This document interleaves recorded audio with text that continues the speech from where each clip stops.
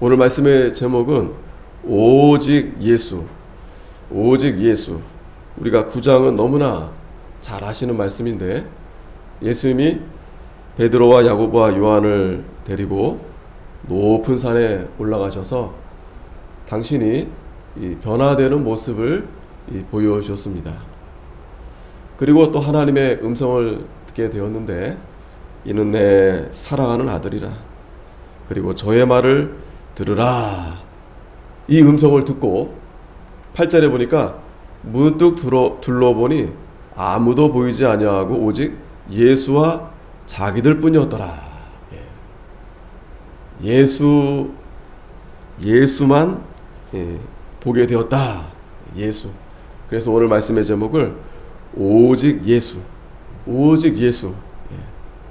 너무 좋죠? 오직 예수. 말씀을 우리가 보도록 하겠습니다. 우리가 8장에서 예수님께서 사랑하는 제자들이 아직도 깨닫지 못함을 보시고 안타까워하시면서 그들을 책망하셨다고 했습니다. 그러면서 사람들이 나를 누구라 하느냐, 누구라 하느냐. 그때 세례 요한이다, 엘리야다, 더러는 선지자 중에 하나다 그랬는데 베드로에게 물어봤습니다. 8장 29절에 보면 또 물으시되 너희는 나를 누구라 하느냐. 베드로가 대답하여 가로되 주는 그리스도시니이다. 주는 그리스도시니이다. 예수님이 그리스도시다라는 거예요. 우리를 구원할 자 그리스도는 오직 예수님이시다. 베드로가 아주 잘 대답을 했습니다. 그리고 예수님께서는 31절에 인자가 많은 고난을 받고 장로들과 대제사장들과 서기관들에게 버림받아 죽임을 당하고 사흘 만에 살아나야 할 것을 비로소 저에게 가르치셨다. 이게 중요합니다. 그리스도가 되시는데 그분이 우리를 어떻게 구원하시는가 하면 많은 고난을 받는다는 거예요. 많은 고난. 뿐만 아니라 장로들, 대제사장, 서기관들에게 버림받아 심지어 죽임을 당하게 된다는 겁니다. 하지만 사흘 만에 다시 살아날 것이다. 다시 살아날 것이다.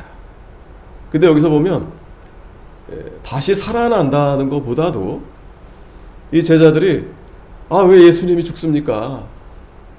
그러니까 다시 살아난다고 분명히 말씀했는데 그건 잘 모르겠고 이해가 되지 않고 또 경험해본 바가 없고, 하지만 이 죽음이라는 것은 다 우리가 알 수 있잖아요. 지금도 마찬가지지만 병이 걸리든지 나이가 들든지 사고를 당하든 죽으면 끝이 되는 거예요. 죽으면. 그런데 예수님이 죽는다는 겁니다. 굉장히 중요한 진리를 제자들에게 말씀해 주셨는데 이것을 쉽게 이해하기가 이게 인간적으로는 이해할 수가 없는 거예요. 하나님이 감동을 주셔야 됩니다. 저도 여러분도 우리가 그동안에 이 십자가 예수님이 달려 죽으시고 다시 부활하신다.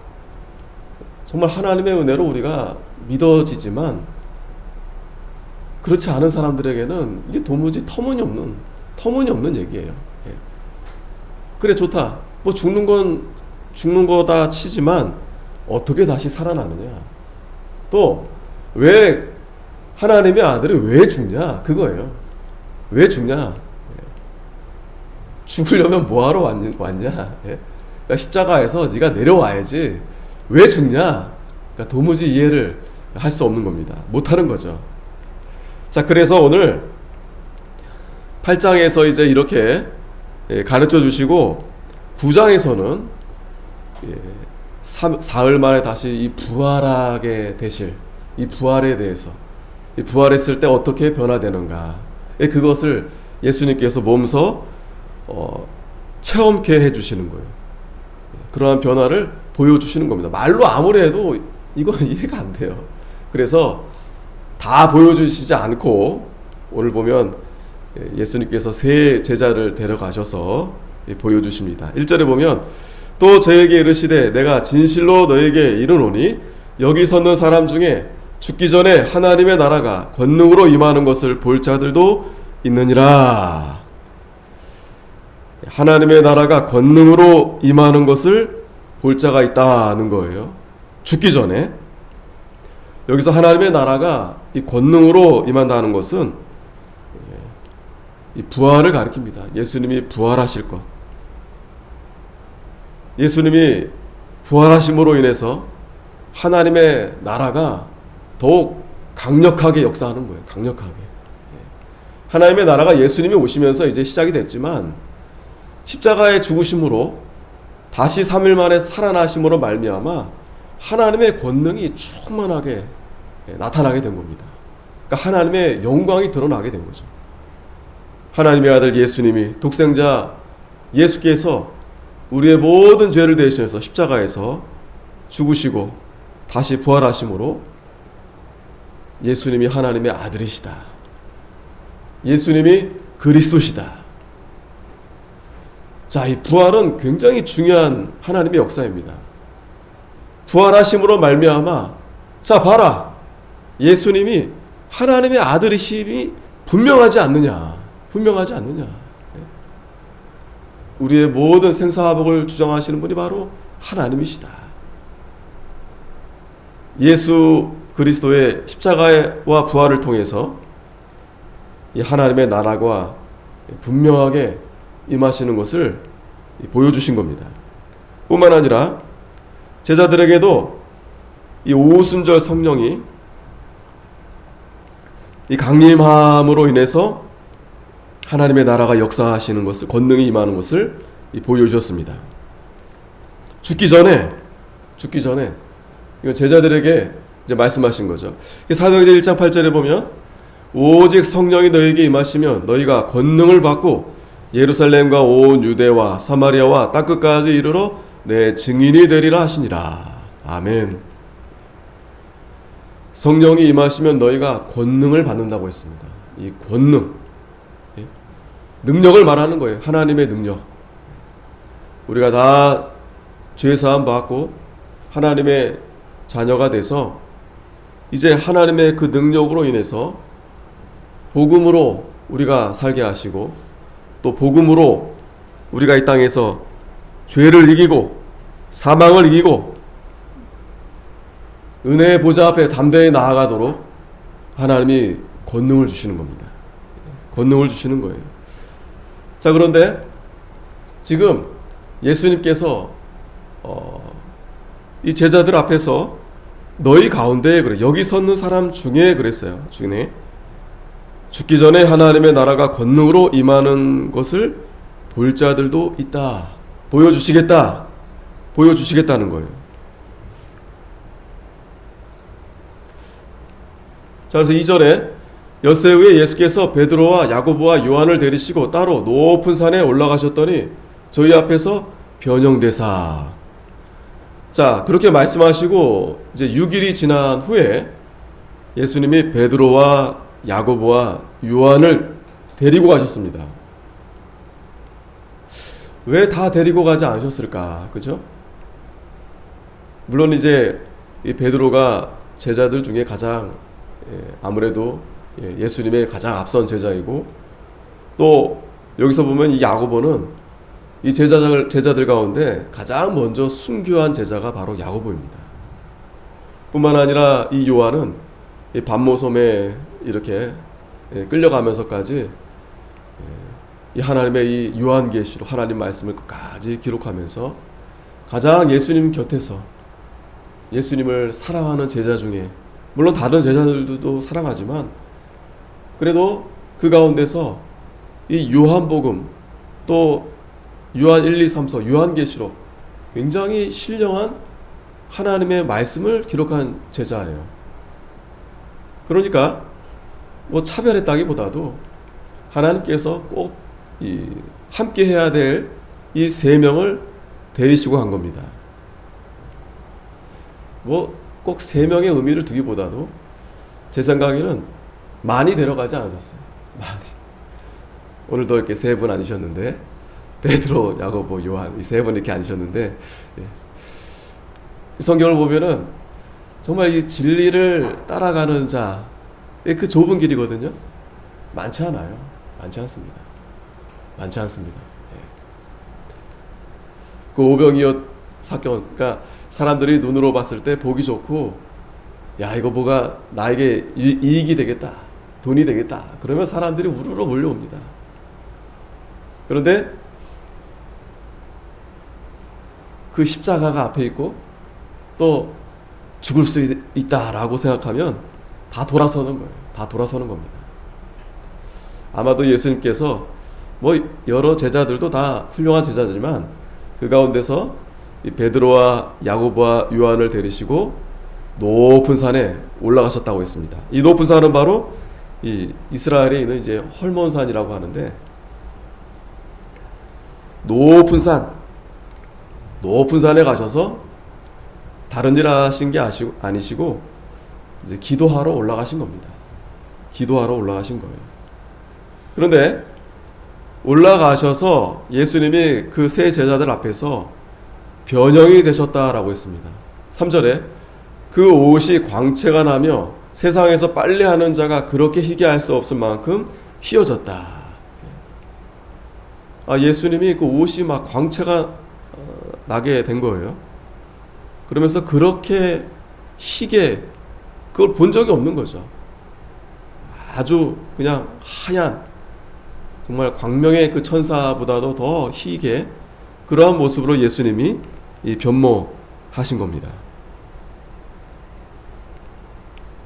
그랬더니 이에 엘리야가 모세와 함께 저희에게 나타나 예수로 더불어 말씀하시거늘,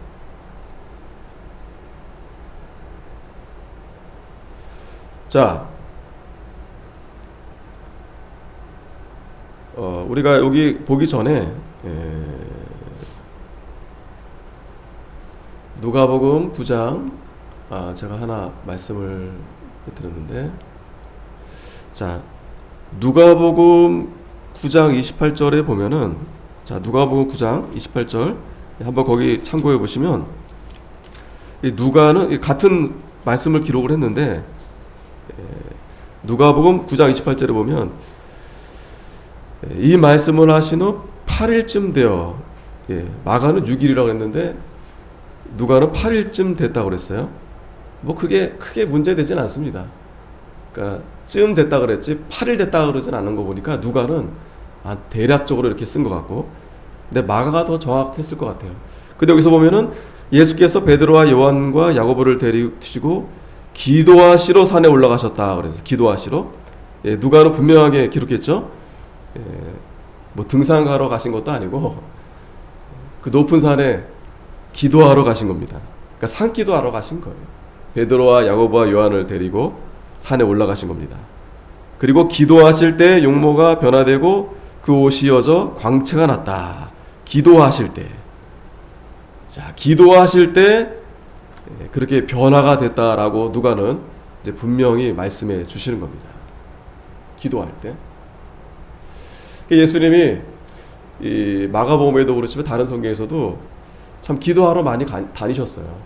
새벽에도 가시고 또 밤에도 가시고, 또 지금 특별 기도인 것 같아요.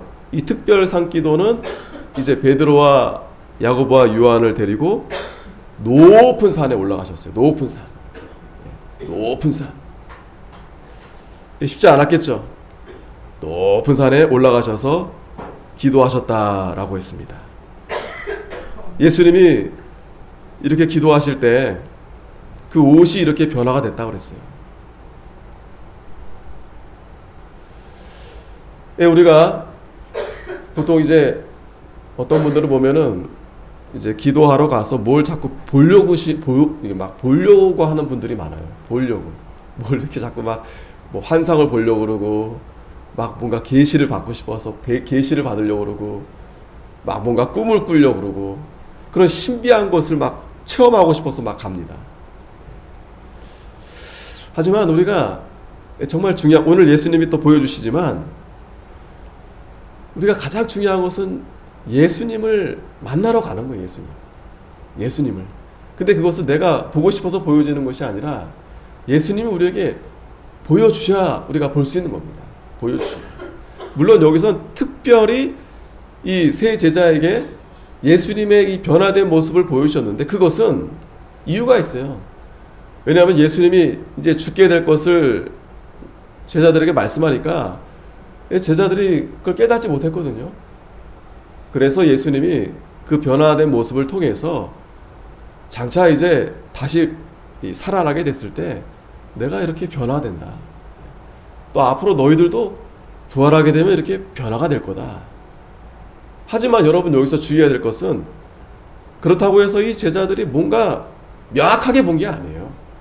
그러니까 너무 광채가 빛나다 보니까 그냥 육신의 눈으로는 최대한 그냥 하얗다. 그게 그 정도밖에 볼 수 없었던 거예요.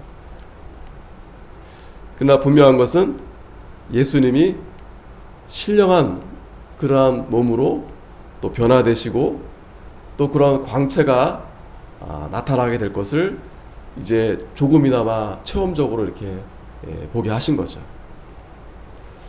분명한 것은 이 베드로와 야고보와 이 요한에게 있어서는 굉장히 중요한 이 체험 중에 하나가 아닐 수 없습니다. 그런데 여러분 본문을 좀 뒤에 보게 되면 이 세 제자들이 졸고 있어요. 졸고 있어요. 자, 계속 보겠습니다. 4절에 이에 엘리야가 모세와 함께 저희에게 나타나 예수로 더불어 말씀하시거늘. 자, 그런데 거기서 기도하시는데 예수님이 몸만 이렇게 변화되실 뿐만 아니라 거기에 엘리야, 모세, 예수님이 함께 말씀하고 계시는 거예요. 엘리야는 우리가 잘 알듯이 이 구약의 선지자의 대표라 볼 수 있겠죠. 또 모세는 이제 율법의 대표. 이 엘리야와 모세는 구약 시대 굉장히 중요한 하나님의 종이고 이 선지자입니다. 이들은 다 이제 이미 하늘나라 올라가 계시죠. 근데 그 변화산에서 예수님과 함께 나타나게 된 것을 제자들이 보게 된 거예요.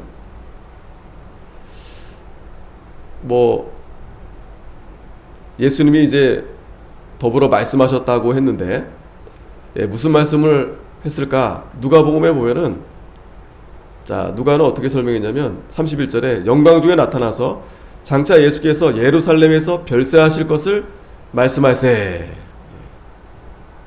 예수님이 이제 십자가에 죽으시고 다시 부활하실 것에 대해서 이제 말씀하셨다는 거예요. 자, 이건 굉장히 중요합니다. 왜냐하면 이 엘리야와 모세는 결국 구약에서 예수 그리스도가 이제 오실 건데, 메시아가 오실 건데, 그분이 우리를 위해서 이제 십자가에 죽으심으로 다시 이 살아나실 것에 대해서 이 앞에서 이 구약은 그걸 이제 보여주고 있는 거예요. 그림자였지만, 그런데 예수님이 직접 오셔서 또 마침 이제 제자들을 데리고 이제 변화산에 올라가셨는데 거기서 이제 하나님께서 특별히 역사하신 거죠. 엘리야와 모세를 또 같이 거기서 보여주게 하셔서 아마도 엘리야 모세가 이제 예수님 고생이 많으십니다. 아이고 그냥 어떻게 이렇게 낮아지시고 참 쉽지 않으시죠? 힘드시죠? 예수님. 예? 그런 서로 이제 덕담도 아마 주고받지 않았을까 이제. 하지만 거기서 예수님께서 이제 누가복음의 말씀처럼 내가 이제 예루살렘에서 이제 별세하는데 그리고 내가 이제 부활해서 이제 올라갈 거다. 이제 그런 말씀을 이제 해 주신 겁니다. 자, 그런데 요 누가복음의 표현이 참 우리가 보면 32절에 베드로와 함께 있는 자들이 고나요 졸다가 참 이게 참 굉장히 아이러니합니다, 여러분. 네? 예수님이 특별히 사랑해서 다른 제자들도 있지만 베드로와 야고보와 요한을 데리고 올라간 거예요. 기왕이 좀 낮은 데 가시면 좋은데 또 높이 올라간 겁니다. 높이 꼭대기까지 올라가신 것 같아요. 꼭대기까지. 그러니까 그 모든 예수님께서 그 제자들을 통해서 이제 여러 가지 의미가 이제 담겨져 있겠죠. 여러 가지. 그래서 그렇게 이제 올라가니까 아무래도 이제 베드로와 야고보와 요한은 쉽지 않았겠죠. 그럼에도 불구하고 그들이 예수님의 그 변화된 모습을 보면서 정신이 번쩍 차려야 되지 않겠습니까? 그런데 그것도 어떻게 감당이 되지 않는 거예요. 희미하게 이렇게 보는데 졸면서 보는데 보니까 예수의 영광과 함께 두 사람, 그러니까 엘리야와 모세를 이제 보게 된 거죠. 엘리야인지 모세인지도 잘 몰랐을 거예요.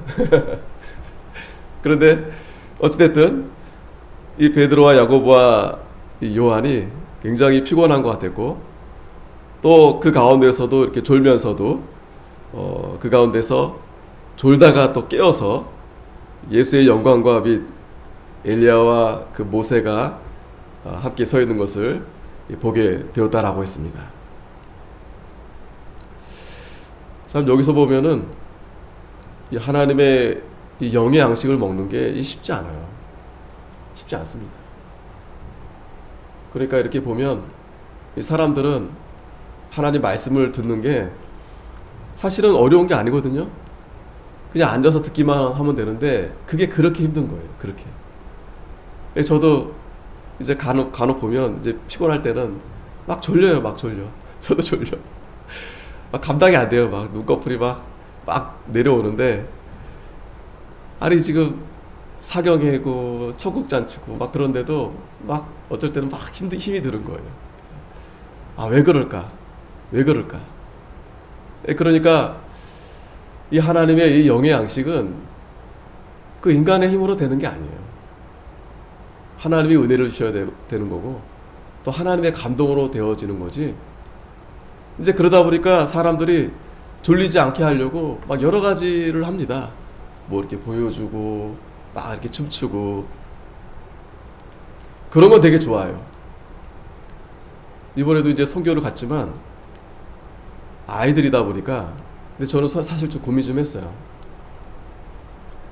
아이들을 앉혀놓고 이제 말씀만 전해주면 좋겠는데, 근데 아이들이 그거 감당이 안 되거든요. 또 더욱 이제 말이 통하지 않는 애들이니까 통역을 하지만, 그러니까 가장 쉽게 아이들의 마음을 움직이게 하려고 율동을 이제 가르쳐 주는 거예요. 그거는 막 신나요.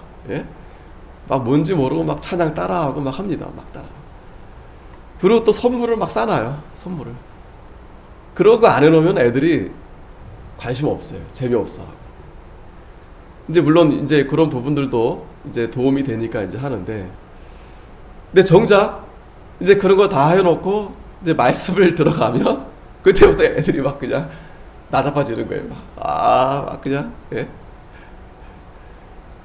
그러니까 그것도 이제 아이들을 이제 할 때 뭐 아이고 어른이고 이제 기도를 많이 해서 해야 되겠지만, 저도 이제 보면 이제 그런 방법을 자꾸 하려고 하는 거예요. 집중을 시키려고. 중간중간에 애들한테 이제 뭐 사탕을 준다든지 그러면 갑자기 졸다가 뭐 주니까 정신 번쩍 들거든요. 아, 이게 쉽지 않구나. 그러니까 대부분은, 그러니까 안 믿는 사람은 뭐 말할 것도 없고, 그러니까 우리가 이 부패된 이 연약함이 이 하나님 말씀, 이 진리를 듣고 배운다는 게 이게 여간 이게 쉬운 게 아니다. 쉽지 않다. 어려운 일입니다. 어려운 일이지만 하나님이 그래도 사랑하셔서 그 졸고 앉아있는데, 베드로하고 졸고 앉아있는데 예수님이 그들을 깨우시는 거예요. 이 뒤에도 우리 보면은 겟세마네 동산에서 예수님이 이제 곧 십자가에 이제 바로 돌아가시기 전에 기도하실 때에도 다 졸고 있는 거예요. 다 졸고 있는 거예요. 예수님이 그때는 진짜 너무 안타까워서 어찌하여 한시도 깨어 있지 못하느냐.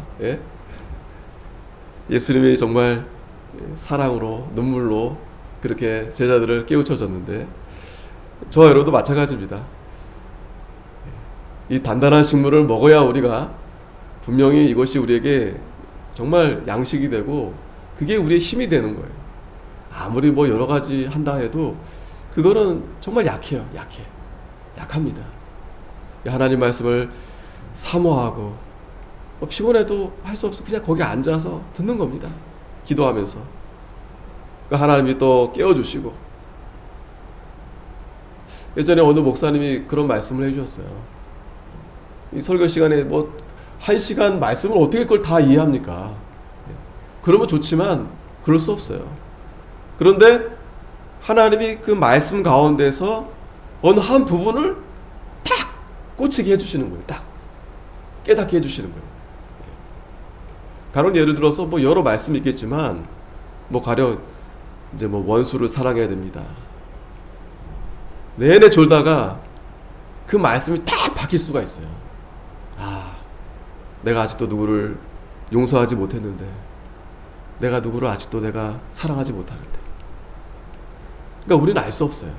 우리 욕심 같으면 1시간 내내 그 말씀을 다 암송하고 외우고 그러면 좋겠는데 또 일주일 지나면 다 잊어버리잖아요. 그렇게 이제 쉽지 않고 어려운 부분이지만 그래도 하나님은 하나님의 말씀이 살아있기 때문에, 운동력이 있기 때문에 전체 다 이해 못하더라도 말씀 하나만 딱 하나님이 그렇게 하나님이 감동 주면 꼬꾸라지는 거예요. 그래서 예전에 저도 이제 다른 데랑 비교해 보면 다른 데는 굉장히 체계적으로 성경을 공부해요.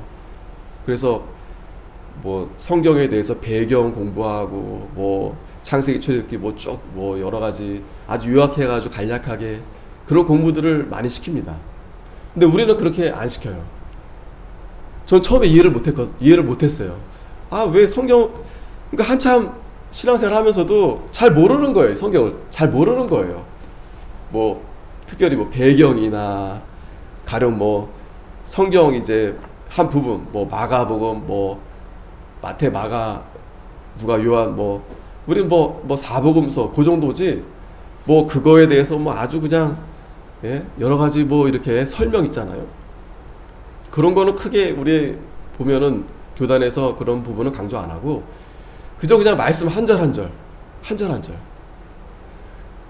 근데 그때 저는 이제 어리고 젊으니까 그거 그러니까 무슨 말이냐면 이제 숲을 먼저 보고 이렇게 나무를 봐야 되는데 우리는 숲을 보지 않고 나무를 보니까 이게 조금 아쉽다. 이제 그런 생각을 했었거든요. 그래서 이제 숲을 보여주려고 많이 이렇게 또 해봤었는데 물론 그것도 뭐 좀 필요합니다. 그런데 보니까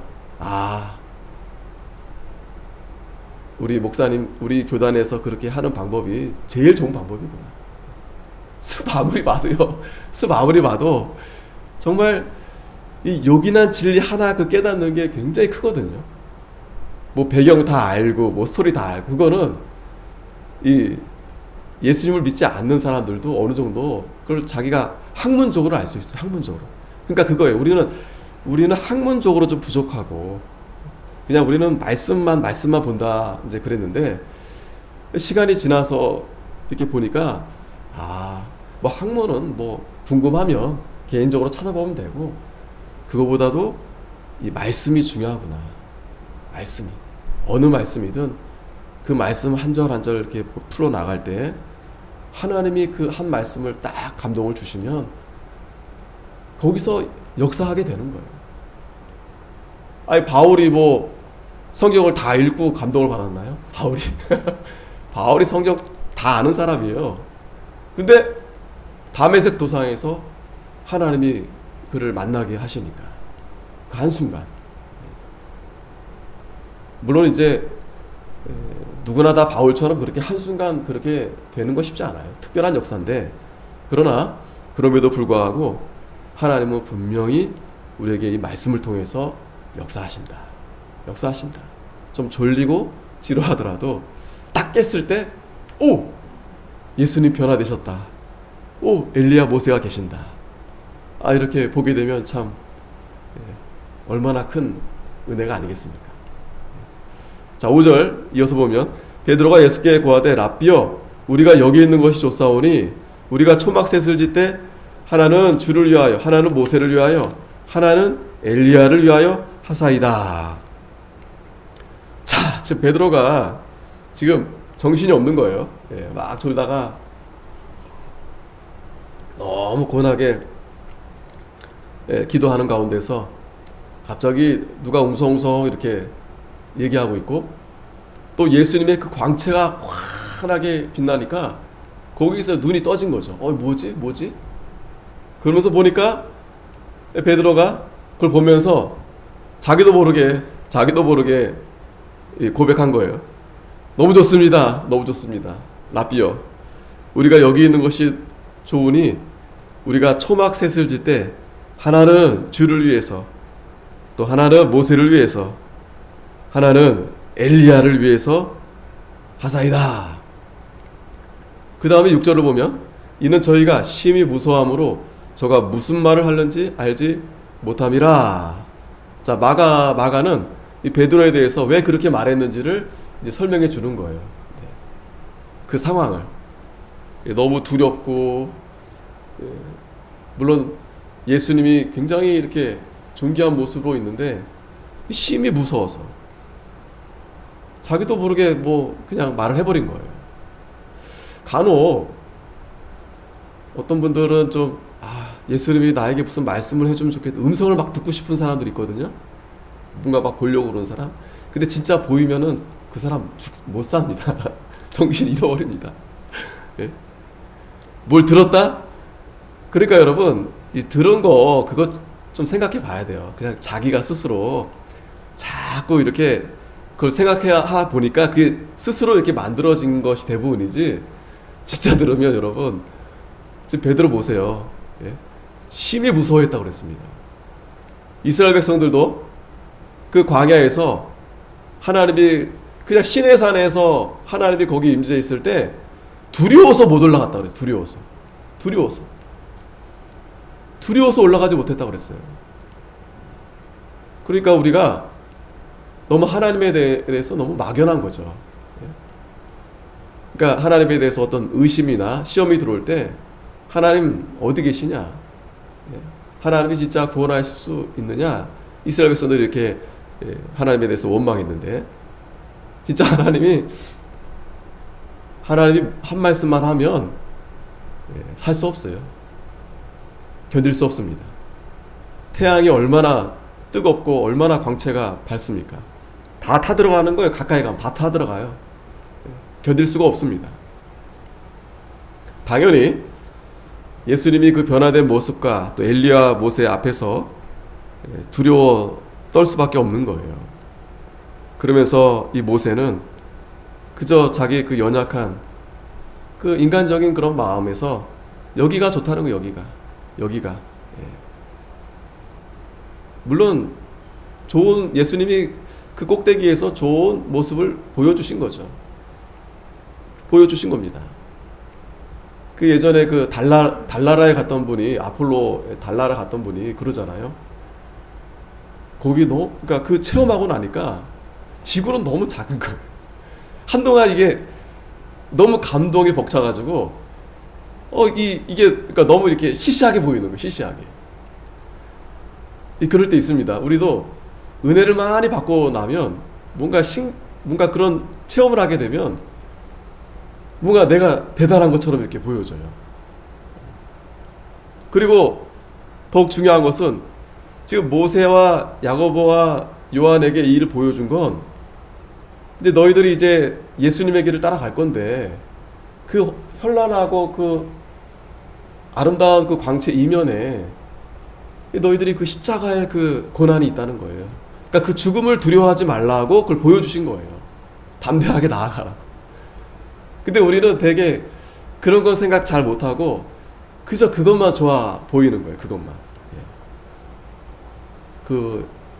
아주 현란하고 아름답고 거기에만 그냥 마음이 다 그렇게 끌리는 거예요. 그러니까 7절에 마침 구름이 와서 저희를 덮으며 구름 속에서 소리가 나되 이는 내 사랑하는 아들이니 너희는 저희 말을 들으라. 자, 하나님께서 말씀해 주시는 겁니다. 저희를 덮었다고 그랬어요. 그러면서 구름 속에서 말씀이 나타나는데 내 사랑하는 아들이니 그랬어요. 내 사랑하는 아들이니.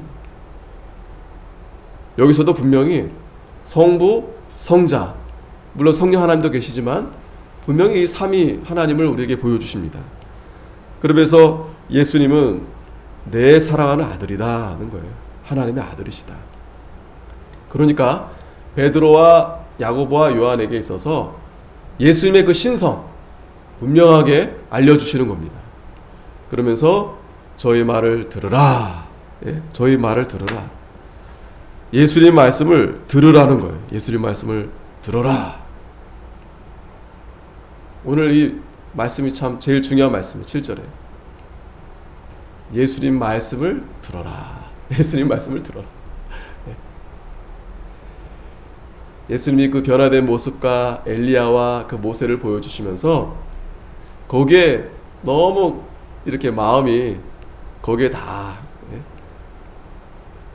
물론 뭐 사모하는 것도 좋지만 중요한 것은 예수님의 말씀을 들어야 된다는 거예요.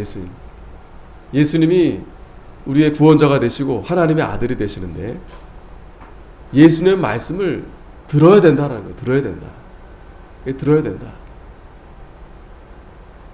자, 이 산기도에서 제일 중요한 이 가르침을 예수님이 주신 겁니다. 직접 하나님 앞에 그 음성을. 그러니까 여러분 참 단순한 거예요. 산에 가서 뭘 들으려 하고 뭘 보려고 하는데 사실은 이 말씀을 하나님이 누구에게나 하시는 겁니다. 누구에게나 하나님의 말씀을 잘 들어라. 그러니까 여러분들이 기도하시면서 내가 말씀을 잘 들어야 되겠다. 그러면 분명한 응답을 받으신 겁니다. 분명한 거예요. 뭐 저리 가라 이리 가라 하나님 저거 해야 됩니까 말아야 됩니까? 해야 됩니까 말아야 됩니까? 그러면 여러분 내가 하고 싶으면 해라 그런 거예요. 하기 싫으면 하지 마라 그런 거예요. 그게 아니고 하나님은 똑같이 말씀하십니다. 예수님 말씀을 들어라. 예수님 말씀을 들어라. 그러니까 여러분, 자, 우리가 예배 시간에 우리가 하나님 말씀을 듣잖아요. 거기에 다 모든 답이 다 들어있는 거예요, 사실은. 다 들어있는 겁니다. 하나님이 저와 여러분들에게 하나님의 말씀이 거기에 다 있는 거예요. 그러니까 왜 자꾸 내가 고민하고 갈등합니까? 하나님은 분명히 성경에서 말씀대로 하라고 하는데 자꾸 내 마음대로 하고 싶으니까. 분명하게 베드로와 야고보와 요한에게 하나님이 말씀하신 겁니다. 예수님의 말을 들어라. 예수님의 말씀을 들어라. 자, 그러고 나서 문득 들어보니 아무도 보이지 아니하고 오직 예수와 자기들 뿐이었더라. 아멘.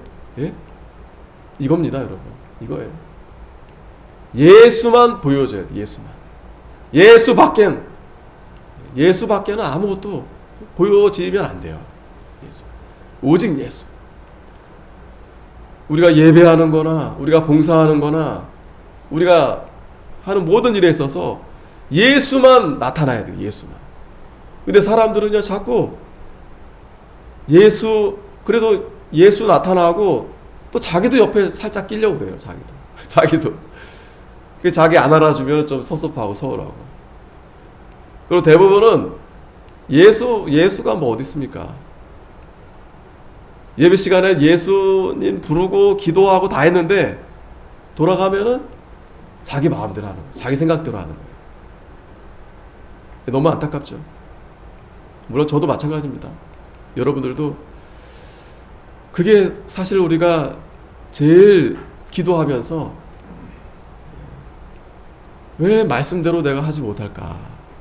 왜 자꾸 예수님만 보여야 되겠는데 자꾸 다른 게 보이는 거예요. 다른 게. 예수님만 보이면 그건 분명한 거예요. 예수님만 보이면 그건 문제 없어요. 근데 자꾸 예수님 자꾸 가려지면서 뭐 다른 게 자꾸 보이는 거예요. 다른 게 자꾸 생각나는 거예요. 기도하실 때 자꾸 다른 게 막 생각나요. 그러니까 오래 기도하면서 왜 높은 데 갔을까요? 낮은 데 가면 가스레인지 불 켜고 왔다. 그리고 결국 또 가는 거예요. 또 누가 전화해요. 또 항상 그래, 항상. 그런 일이 항상 있어요. 아예 그냥 핸드폰 안 터지는데 높은 데 올라가는 거예요. 예. 그래도 들릴까 말까, 보일까 말까. 바로 거기에 있는 겁니다. 오직 예수. 그러면 돼요. 그런 문제 없어요, 여러분. 내 마음에 오직 예수. 그러면 마음에 생명과 기쁨과 평강이 넘치는 거예요. 오직 예수. 오직 예수. 예레미야 29장 12절에도 너희는 내게 부르짖으며 와서 내게 기도하면 내가 너희를 들을 것이요 전심으로 나를 찾고 찾으면 나를 만나리라. 예수님을 찾아야 되겠는데 예수님 잘 안 찾아요. 그래도 기도하면 참 감사한데 기도를 왜 합니까? 예수님 찾는 게 아니고 뭐 다른 거 찾는 거예요. 다른 거. 자식들 찾고 뭐 저기 찾고 저기 찾고 예수님 찾을 생각 없어요. 예수님 잘 계시니까 저기 잘 계시니까 예수님 별로 만나고 싶지 않아요. 자꾸 부담스러워요. 목사님 잘 안 만나려고 그래요. 신방도 잘 안 받으려고 그래요. 되게 부담스러워요. 되게 불편합니다. 점점 그런 시대가 됐어요. 점점 그렇게 되고 있어요. 안타까운 일이지만 여기서 보면 예수님도 12제자 다 데려가지 않고 베드로와 야고보와 요한, 여기 저와 여러분 세 분만이라도 예수님을 찾으면 그러면 오케이. 그러면 돼요. 한 사람이라도. 예레미야에게 예수님이 하나님이 그러셨어요. 너희가 예루살렘 공회를 다니면서 한 사람 그 한 사람이 없어서 예루살렘이 망한다는 거예요. 한 사람. 9절에 저희가 산에서 내려올 때 예수께서 경계하시되 인자가 죽은 자 가운데서 살아날 때까지 보는 것을 아무에게도 이르지 말라. 자, 내려왔습니다. 그러면서 경계하셨어요. 왜 경계했냐면 아직 예수님이 십자가 아직 달려 죽지 않으셨는데 일이 이제 그 방해받으면 안 되니까, 그래서 죽은 자 가운데서 살아날 때까지는 본 것을 아무에게도 이르지 말아라. 또 한 가지는 이 베드로와 요한이 또 교만해질 수 있어요. 너네 봤니? 난 봤는데. 예? 여러분 교만 안 해지겠습니까? 교만 안 할 수가 있겠습니까? 예, 베드로와 요한이 그거 보고 와가지고 얼마나 막 목이 곧고 막 얼마나 다른 제자들 무시하고 막 그러지 않겠어요. 우리가 조심해야 됩니다. 항상 은혜 많이 받는 거 참 좋거든요. 우리가 수요일도 이렇게 말씀드리는 거 얼마나 좋습니까?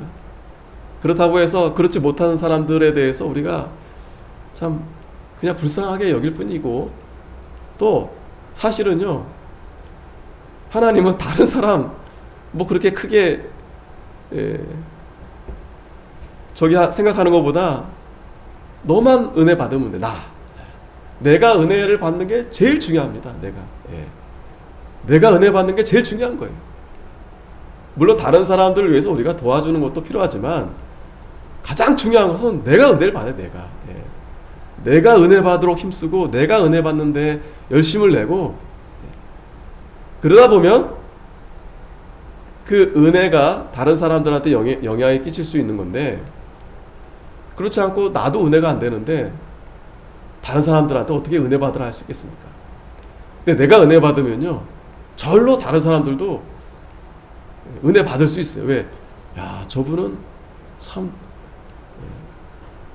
다르다. 참 예수님의 모습이 나타난다. 제일 중요합니다. 그러니까 수리서복에서 제가 제일 많이 은혜 받아야 돼요. 제가 그 산에 자주 가고 하는 게 이유가 담임 목사가 은혜를 제일 많이 받아야지, 그래야 여러분들에게 은혜를 끼칠 수 있는 거 아니겠어요? 근데 목사가 제일 은혜를 못 받는다? 야, 그러면 그 젖이 얼마나 그 영향가가 있겠어요. 여러분들도 마찬가지입니다. 여러분들의 은혜를 제일 많이 받아야 돼요. 제일 많이. 그리고 조심해야 됩니다. 10절에 저희가 이 말씀을 마음에 두며 서로 문의하되 죽은 자 가운데서 살아나는 것이 무엇일까? 무엇일까? 이제 조금씩 이제 예수님의 그 십자가에 대해서, 진리에 대해서 이제 알아가기 시작된 겁니다. 앞에서는 뭐 죽는다고 하니까 그 죽는 것 자체만 생각했는데 이제 예수님이 그 부활의 모습을 보여주시고 다시 살아날 수도 있겠구나. 그러면서 이 죽은 자 가운데서 살아나는 게 뭘까? 그렇게 이제 서로 문의한 겁니다. 이게 참 중요한 부분이에요. 우리가 말씀을 듣고 그 말씀을 잘 묵상하면서 이해가 되지 않는 부분들은 이렇게 서로 물어보고 또 찾아보고 그렇게 해서 이 진리를 알아가야 됩니다. 자, 요한복음 14장 29절에 이제 이 일이 이루기 전에 너희에게 말한 것이 일이 이룰 때 너희로 믿게 하려 함이라. 그러니까 예수님이 다 그렇게 보여주신 이유가 나중에 이제 예수님이 죽고 다시 부활하실 때 그때 그 높은 산에 올라가셔서 보여줬던 그것이 바로 이때를 위함이었구나. 그래서 믿어지게 하시려고. 기도하겠습니다. 거룩하신 하나님 아버지, 은혜를 감사합니다. 예수님이 사랑하는 제자 베드로와 야고보와 요한을 데리고